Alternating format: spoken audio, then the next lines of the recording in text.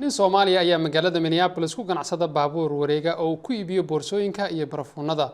ninkan oo lagu magacaabo Maxamed Axmed Maxamuud ayaa sheegay inuu shaqadan aad uga helay waana qofka kaliya Soomaaliya ee shaqo noocan ka qabta gobolka Minnesota.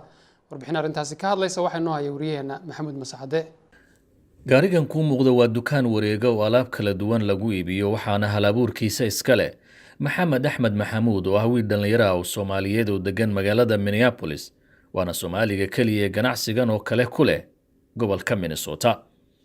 gaariga uu Maxamed ku ganacsado ay magac wadaagta yihiin ee Maxamed Mobile Store ayaa dhowrkii sano la soo dhaafay lagu arkay meelo kala duwan oo gobolka ka mid ah. labada kursi oo hore gaariga Maxamed Mobile Store waa xafiiska dukaanka waxaa kursiga darawalka ku dhinac xiran kombiyuutar uu shaqada u adeegsado mararka qaarna uu isku madadaaliyo. qaybta dambe ee gaarigana kuraasta waa laga saaray waana meesha yaalaan alaabta uu iibiyo waxaana ku xiran nalal badan oo habeenkii loogu talagalay. Maxamed oo aan ku booqday mid ka mid ah wadooyinka uu gaarigiisa dhigto ayaa iiga sheekeeyay sida uu ganacsigan ku soo bilaabay. businesskan waxaan ku bilaabay yar aan isnaqaan waagaas jiray 2013kii baa wuxuu keeni jiray barfuuna wholesale marka asagii aan iska caawin jiray marka asagii baa suuqa i soo geliyay wuxuu yiri yow waa shaqadan waad qaban kartaa bal ka wardoon marka anigana sidii baan ku bilaabay waana jeclaystay runtii inaan qabto.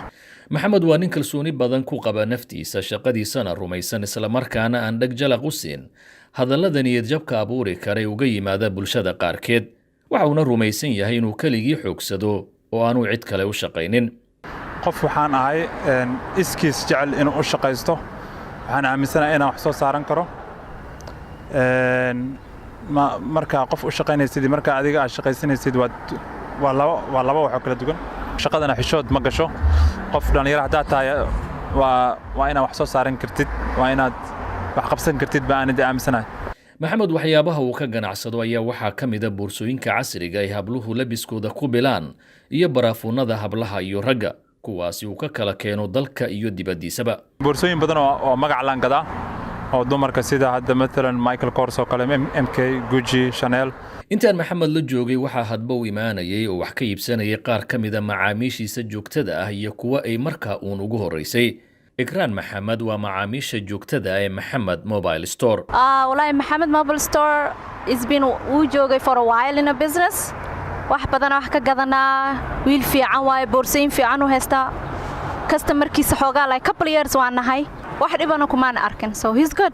جاليد الصومالية أي بدن كودو محمد أحمد وأركنين دالية ويتهيني بلشدو تاجرتو راح ورسمه وكمده هجامياش وغلولية رمها بلشدة ayaana ka mid ah dadka rumaysan in Maxamed Mobile Store la dhiirigeliyo lana taageero maadaama uu yahay nin dhalinyaro ah oo la yimid fikrad cusub. ninka dhalinta yar ee maxaa la yiraahdaa ganacsanaya aan jeclahay inay community-geena maxaa la yiraahdaa ay taageerto ee ku dhiirigeliso inuu ganacsigiisa halka ka sii wato waxaan u rajaynayaa ganacsi kan ka weyn inaan kula kulmo future-ka.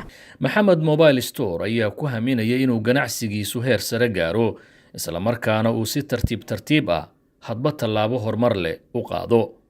ganacsiga waxaan rajaynayaa inaan heer sare aan ka gaar meel fiican waxaan rajaynayaa inaan meel fiican aan furto oo dadka ay bartaan waxaan kaloo rajaynayaa inaan website inaan ku daro oo maaragtay si dadka aan ugu diro dadka gobolada kala joogo. inkastoo Maxamed Mobile Store uu meelo kala gedisan oo magaalada Minneapolis ka mid ah iyo guud ahaan gobolka Minnesota uu ganacsigiisa geeyo haddana meesha ugu badan ee macaamiishiisu ay ku yaqaanaan waa wadadan weyn ee loo yaqaano Lake Street isla markaasina ah halbowlaha isku xirta koonfurta magaalada Minneapolis waxaana wadadan ku yaala ganacsiyo kala gedisan oo Soomaalidu leeyihiin. halkan aan ka hadlayo waxay dhinaca ku haysaa maqaayadda Quruxlow oo Soomaali fara badan ay halkan u soo tamashla tagto isla markaasina markay maqaayadda ka soo baxaan ay ganacsiga Maxamed ku nastaan oo boorsooyin iyo baraafuuno kala gedisan ay ka iibsadaan. Maxamuud Mascade VOA Minnesota.